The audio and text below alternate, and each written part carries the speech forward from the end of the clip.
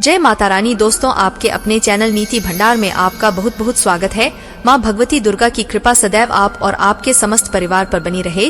दोस्तों, चैत्र मास की अमावस्या को बहुत विशेष माना जाता है और इसका कारण यह है कि चैत्र मास की अमावस्या तिथि संवत्सर का अंतिम दिन होता है।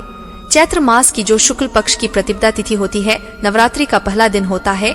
उस दिन से हिंदू पंचांग का नव वर्ष प्रारंभ हो जाता है। तो यह साल का एक तरीके से देखा जाए तो अंतिम दिन होता है, मतलब हिंदू वर्ष का अंतिम दिन होता है। चैत्र मास की अमावस्या तिथि अब यह दिन अगर सोमवार के दिन आ जाए, शनिवार के दिन आ जाए तो इसे बहुत महत्वपूर्ण माना जाता है। और इस बार की चैत्र मास की अमावस्या पर ऐसा ही कुछ बहुत ही दुर्लभ और शुभ संयोग हमें प्राप्त हो रहा है। सोमवती अमावस्या का अमावस्या तिथि, जैसा कि आप सभी जानते हैं, पितरों को समर्पित होती है। पितरों की पूजा इस दिन की जाती है और अमावस्या तिथि पर भगवान भोलेनाथ की पूजा की जाती है। और इसके अलावा सोमवती अमावस्या सुहागिन महिलाओं के लिए बहुत विशेष मानी जाती है। सोमवती अमावस्या के दिन सुहागिन महिलाएं व्रत धारण करती हैं, निर्जला व्रत धारण करके और पीपल की परिक्रमा करती हैं, पीपल की पूजा करती हैं, अखंड सौभाग्य के लिए प्रार्थना करती हैं। तो अखंड सौभाग्य की प्राप्ति के लिए, सुख समृद्धि के लिए, संतान की प्राप्ति के लिए और किसी भी प्रकार की कामना को पूर्ण करने के लिए सोमवती अमावस्या बहुत महत्वपूर्ण होती है। तो आज की वीडियो में आप जानेंगे कि चैत्र मास की अमावस्या कब है, अमावस्या तिथि कब प्रारंभ हो रही है, कब समाप्त हो रही है और इस दिन पीपल पूजा का शुभ मुहूर्त क्या होगा, पितरों की पूजा करने का शुभ मुहूर्त क्या होगा, किस प्रकार से पूजा आराधना करनी चाहिए। और बहुत सारे प्रश्न आप लोगों के आते हैं कि अगर हम पहली बार सोमवती अमावस्या का व्रत धारण करना चाहते हैं तो क्या इस बार से प्रारंभ कर सकते हैं, क्योंकि इस बार खरमास लगा था, मलमास जिसे कहते हैं। और एक और चीज, जैसे कि अभी खरमास चल भी रहा है, एक तो इस वजह से भी बहुत सारे प्रश्न होते हैं कि क्या हम इस समय में पहली बार अमावस्या का व्रत प्रारंभ कर सकते हैं। तो आज की वीडियो में संपूर्ण जानकारी व्रत, पूजा पाठ, स्नान, दान से संबंधित आपको शेयर करने वाली हूँ। तो वीडियो बहुत महत्वपूर्ण है, पूरा जरूर देख लीजिए। अच्छी लगे वीडियो तो लाइक भी जरूर कीजिए, क्योंकि आपके लाइक्स, आपके कमेंट्स मेरे लिए बहुत महत्वपूर्ण होते हैं।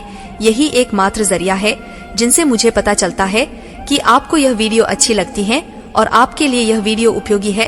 तो अगर वीडियो अच्छी लगे तो लाइक तो जरूर ही किया कीजिए। और अब सबसे पहले जानते हैं कि अमावस्या तिथि कब है। तो देखिए, जैसा मैंने आपको पहले ही बताया कि इस बार चैत्र मास की अमावस्या सोमवार के दिन है और जब सोमवार के दिन अमावस्या होती है तो इसे सोमवती अमावस्या कहते हैं। सोमवती अमावस्या 8 अप्रैल को है, यानी कि सोमवार के दिन है। अमावस्या तिथि का प्रारंभ हो रहा है 8 अप्रैल 2024 को सुबह 3:02 पर और अमावस्या तिथि समाप्त हो रही है इसी दिन रात्रि में 1150 पर। तो सूर्योदय कालीन तिथि में सोमवार के दिन सोमवती अमावस्या का दुर्लभ और शुभ संयोग हमें प्राप्त हो रहा है।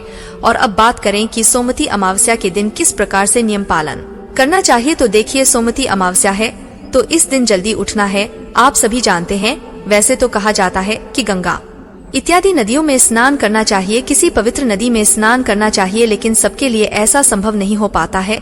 तो अपने घर में भी गंगाजल मिश्रित जल से स्नान कर लीजिए। अच्छा, अमावस्या तिथि पर स्नान किया जाता है ब्रह्मा मुहूर्त में। तो 8 अप्रैल को ब्रह्मा मुहूर्त का समय रहेगा सुबह 4:32 से सुबह 5:01 तक। इसी शुभ मुहूर्त में आपको स्नान कर लेना है।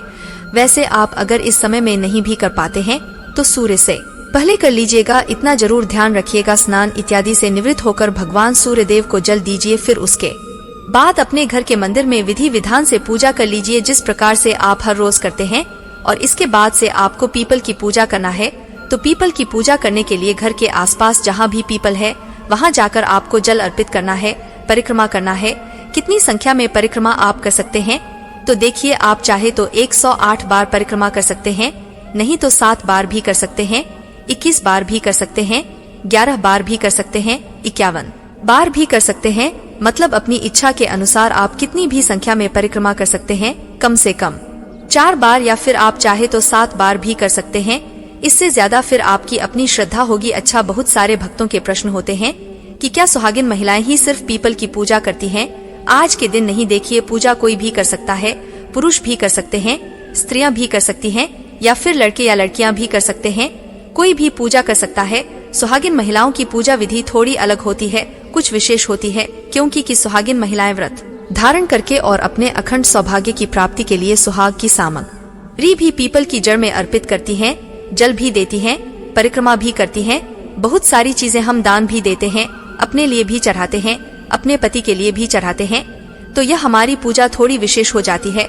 बाकी लोग जल अर्पित करके और परिक्रमा करके प्रार्थना कर सकते हैं। ठीक है, तो इतना ध्यान रखिएगा कि पूजा कोई भी कर सकता है।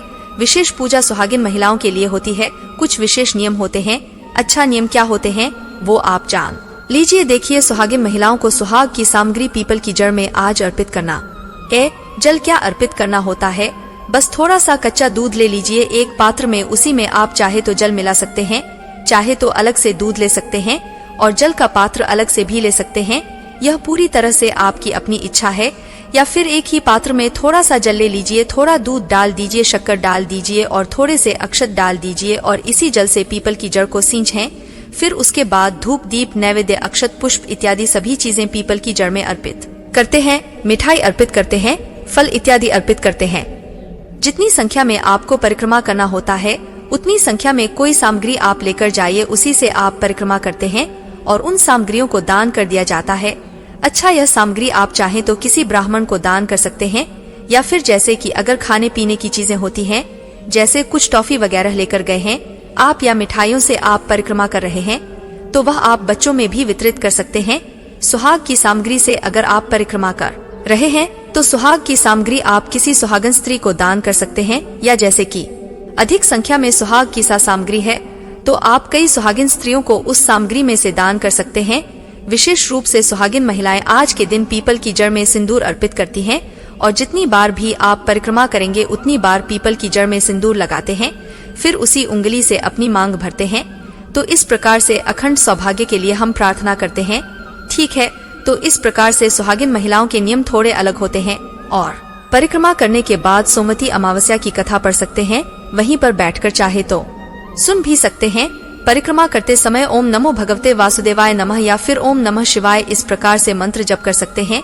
ठीक है, मतलब मंत्र जप करते हुए ही पूजा की जाती है, क्योंकि कहा जाता है ना मौन रहकर पूजा नहीं करनी चाहिए। तो इस बात का आप लोग ध्यान रखिएगा। और फिर पूजा करने के बाद घर आकर आप चाहे तो जल पी सकते हैं, फलाहार कर सकते हैं।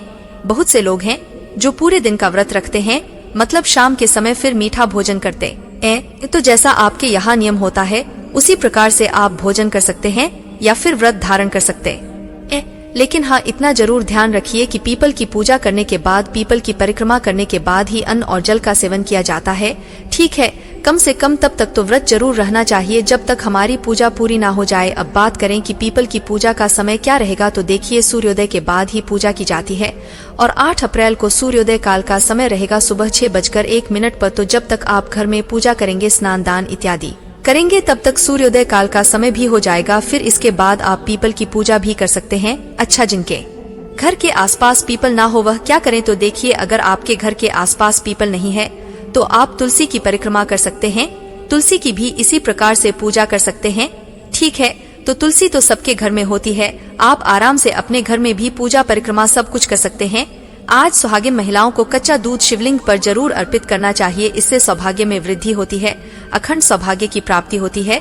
और माता पार्वती की पूजा आज विधि विधान से आप कीजिए। लाल फूल अर्पित कीजिए, सुहाग की सामग्री अर्पित कीजिए, उनसे प्रार्थना कीजिए, तो निश्चित ही माता पार्वती की कृपा से आपको अखंड सौभाग्य की भी प्राप्ति होगी और दाम्पत्य जीवन भी सुखमय होगा। इसके अलावा तुलसी की पूजा भी बिल्कुल उसी प्रकार से करनी है जिस प्रकार से आपको पीपल की पूजा करनी है। मतलब अगर आप पीपल की पूजा भी करते हैं तब भी आपको तुलसी की पूजा जरूर करनी है। अखंड सौभाग्य की प्राप्ति के लिए, दाम्पत्य जीवन को सुखमय बनाने के लिए सुहागिन महिलाओं को कुछ चीजों का दान अवश्य करना चाहिए, जैसे कि आज के दिन आपको आटा, घी, चावल, शक्कर और सुहाग की सामग्री, इन चीजों का दान किसी ब्राह्मण को या फिर सुहागिन महिला को, किसी जरूरतमंद को जरूर करना चाहिए। इससे आपका सौभाग्य आगे बढ़ता है, घर में सुख समृद्धि बढ़ती है, संतान प्राप्ति की कामना हो तो पूर्ण होती है, घर से बीमारियां दूर होती हैं, कलह क्लेश समाप्त हो जाते हैं, वास्तु दोष, पितृ दोष और किसी भी प्रकार का गृह दोष हो तो अमावस्या के दान से दूर हो जाता है, समाप्त हो जाता है। इस दिन पितरों के तर्पण करने का समय होगा सुबह 1158 से दोपहर 1248 तक। दोपहर में ही पितरों की पूजा की जाती है, पितरों के लिए तर्पण किया जाता है। आप चाहे तो अपने घर में भी दक्षिण दिशा की तरफ मुख करके और खुले स्थान पर पितरों का तर्पण कर सकते हैं, या फिर घर के आसपास पीपल का वृक्ष हो तो वहां जाकर पितरों के निमित्त जल अर्पित कर सकते हैं, परिक्रमा कर सकते हैं। पितरों का तर्पण पीपल के वृक्ष के नीचे भी कर सकते हैं। और अब बात करें कि क्या पहली बार सोमवती अमावस्या का व्रत कर सकते हैं? प्रारंभ जी हाँ, बिल्कुल कर सकते हैं। जैसे कि होलिका दहन के बाद आप कोई भी नया व्रत प्रारंभ कर सकते हैं। तो होलिका दहन तो हो ही चुका है, अब आप लोग चाहे तो कोई भी नया व्रत प्रारंभ कर सकते हैं। चैत्र मास में जैसे कि नवरात्रि आती है, इस बीच में कोई नया व्रत अगर आप शुरू करना चाहते हैं, जैसे कि किसी भी का व्रत सोमवार, मंगलवार, बुधवार इत्यादि कोई भी वार के व्रत प्रारंभ करना चाहते हैं तो चैत्र मास की नवरात्रि से भी प्रारंभ कर सकते हैं। और अभी जैसे कि खरमास चल रहा है, तो इस खरमास का कोई इतना महत्व नहीं होता है, मतलब इसमें व्रत इत्यादि किए जाते हैं, या फिर जनेऊ हो या गृह प्रवेश हो, इस समय में सारी चीजें की जाती हैं।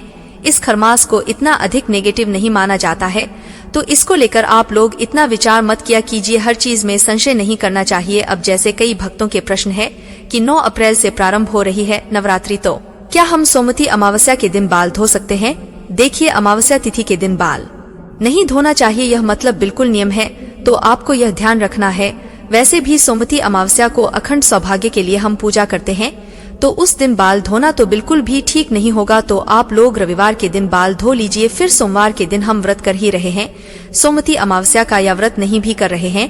अगर आप सोमवती अमावस्या का तब भी पीपल की पूजा कर लीजिएगा, और नहीं भी कर पाते हैं तो तुलसी की पूजा कर लीजिए, और फिर नवरात्रि के पहले दिन भी आप बाल धो सकते हैं, कोई समस्या नहीं है। लेकिन अमावस्या के दिन बाल मत धोइंदा होगी। मिलती हूँ मैं आपसे अगली वीडियो में, तब तक के लिए जय माता रानी।